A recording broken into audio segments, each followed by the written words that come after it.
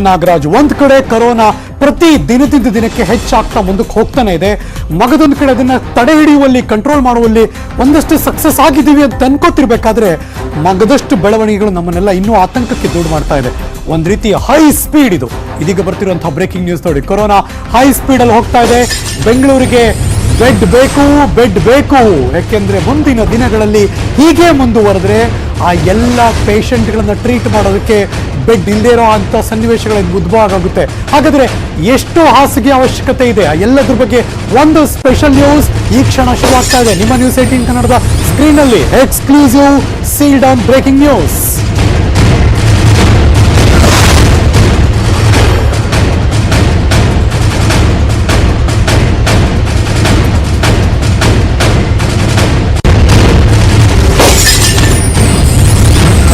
Lockdown ಇಲ್ಲ, seal down ಆಗ್ತಾ ಇದೆ. ನಮಗೆ ಗೊತ್ತಿರೋ ಹಾಗೆ ಮಗದೊಂದು ಕಡೆ ಬೆಂಗಳೂರು ಸಿಟಿಯಲ್ಲಂತೂ ದಿನದಿಂದ ದಿನಕ್ಕೆ 100 ನಿರಾಯಾಸವಾಗಿ ಪಾಸಿಟಿವ್ ಸಂಖ್ಯೆಗಳು ದಿನದಿಂದ ದಿನಕ್ಕೆ ಏರಿಕೆ ಆಗ್ತಾ ಇದೆ. ಸೊ ಹಾಗಾಗಿ ಇನ್ನೊಂದು ಸ್ವಲ್ಪ ದಿನ ಕಳೆದ್ರೆ ಎಷ್ಟು ಸಾವಿರ ಆಗ್ಬಿಡ್ತಾರೋ ಟೋಟಲ್ ಅನ್ನುವಷ್ಟರ ಮಟ್ಟಿಗೆ ಭಯ. ಈಗಲೇ 1600 ದಾಟಿ ಮುಂದಕ್ಕೆ ಹೋಗ್ತಾ ಇದೆ.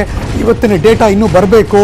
ಇನ್ನೊಂದು 5 ದಿನ ಕಳೆದ್ರೆ ಏನಾಗುತ್ತೆ ಅನ್ನೋ ಆತಂಕ. ಆದರೆ ಬೆಂಗಳೂರಿರುವಂತಹ ಸರ್ಕಾರದ 3 ಆಸ್ಪತ್ರೆಗಳು, ಅದು ಬಿಟ್ಟು ಇನ್ನೂ ಪ್ರೈವೇಟ್ ಆಸ್ಪತ್ರೆ ಕೊಟ್ಟಿದ್ದಾರೆ, ಅದು ಇನ್ನೂ ಕೂಡ ರೆಡಿ ಆಗಿಲ್ಲ.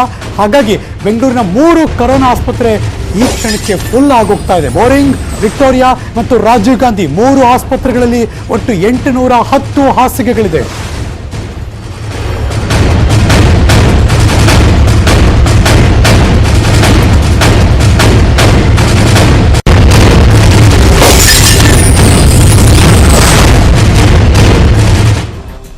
ಮೂರು ಬೆಂಗಳೂರಿನ ಆಸ್ಪತ್ರೆಗಳು, ಅದರಲ್ಲಿ ಬೋರಿಂಗ್ ಆಸ್ಪತ್ರೆ, ವಿಕ್ಟೋರಿಯಾ ಆಸ್ಪತ್ರೆ ಮತ್ತು ರಾಜೀವ್ ಗಾಂಧಿ ಆಸ್ಪತ್ರೆ, ಈ 3 ಆಸ್ಪತ್ರೆಗಳಲ್ಲಿ ಓವರ್ ಆಲ್ 810 ಹಾಸಿಗೆಗಳಿದೆ.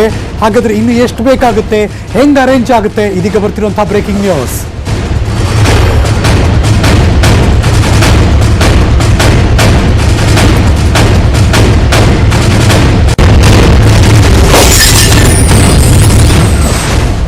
ಈ ಕ್ಷಣ ಬರ್ತಿರುವಂತಹ ಬ್ರೇಕಿಂಗ್ ನ್ಯೂಸ್. ಬೆಂಗಳೂರಿನ 3 ಆಸ್ಪತ್ರೆಗಳು, ಅದು ಬೋರಿಂಗ್, ವಿಕ್ಟೋರಿಯಾ ಮತ್ತು ರಾಜೀವ್ ಗಾಂಧಿ, ಈ 3 ಆಸ್ಪತ್ರೆಗಳಲ್ಲಿ 810 ಹಾಸಿಗೆಗಳ ವ್ಯವಸ್ಥೆ ಇದೆ. ಕೊರೋನಾ ಚಿಕಿತ್ಸೆ ಪಡಿತಿರೋರ ಸಂಖ್ಯೆ 1124. ಈಗಲೇ ಇಮ್ಯಾಜಿನ್ ಮಾಡಿ, 810 ಬೆಡ್ಗಳು 3 ಆಸ್ಪತ್ರೆಗಳಲ್ಲಿ. ಈಗ ಕೊರೋನಾ ಸೋಂಕಿತರು ಬೆಂಗಳೂರಿನಲ್ಲಿ 1124. ಈಗಲೇ ಶಾರ್ಟೇಜ್ ಇದೆ. ಹಾಸಿಗೆ ಸಾಮರ್ಥ್ಯಕ್ಕಿಂತ 314 ಹೆಚ್ಚು ಸೋಂಕಿತರು ಇವತ್ತಿಗೆ ಈ ಕ್ಷಣಕ್ಕೆ ಇದ್ದಾರೆ. ಸೊ ಹಾಗಾಗಿ ಮುಂದಿನ ಕತೆ ಏನು? ಹಾಗಾಗಿ ಈ ಎಲ್ಲ ಆಸ್ಪತ್ರೆಗಳಲ್ಲಿ ಬೆಡ್ ಖಾಲಿ ಇಲ್ಲ ಅನ್ನೋದು ಗೊತ್ತಾಗ್ತಾ ಇದೆ. ಪರದಾಟ ಅಂತೂ ಈಗಾಗಲೇ ಶುರುವಾಗಿರಬೇಕು. Breaking news.